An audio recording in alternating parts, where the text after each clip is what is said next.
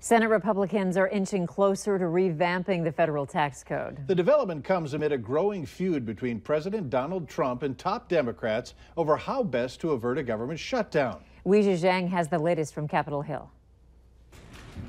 President Trump sat between two empty chairs reserved for Nancy Pelosi and Chuck Schumer, both no-shows at a planned White House meeting. They've been all talk and they've been no action. And now it's even worse. Now it's not even talk. The top Democrats were scheduled to discuss government funding, which is set to run out next week. Talks fell apart after the president issued this tweet Tuesday, calling them weak on crime, adding, quote, "I don't see a deal." Mr. President, it's time to stop tweeting and start leading. There are serious questions that must be answered and many things that must be done. The showdown between the president and Democrats came as Senate Republicans cleared a key hurdle in their quest to overhaul the nation's tax code.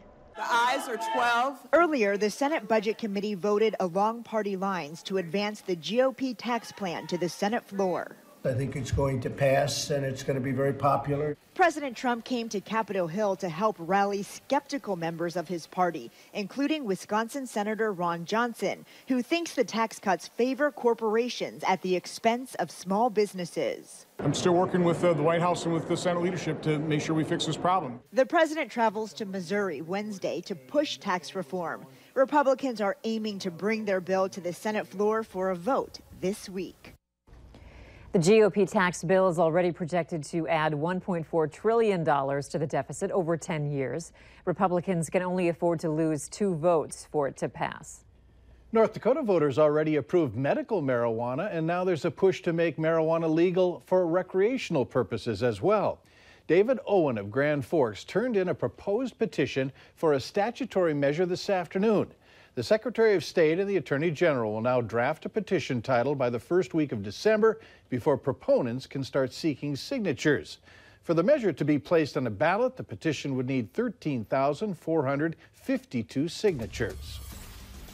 One of the youngest players on the Bison football team is having a major impact and looks to keep it going for the playoffs. Beth has the details later in sports. Up next, if you're likely to fly Southwest Airlines, why you might want to wait a day or two before booking online.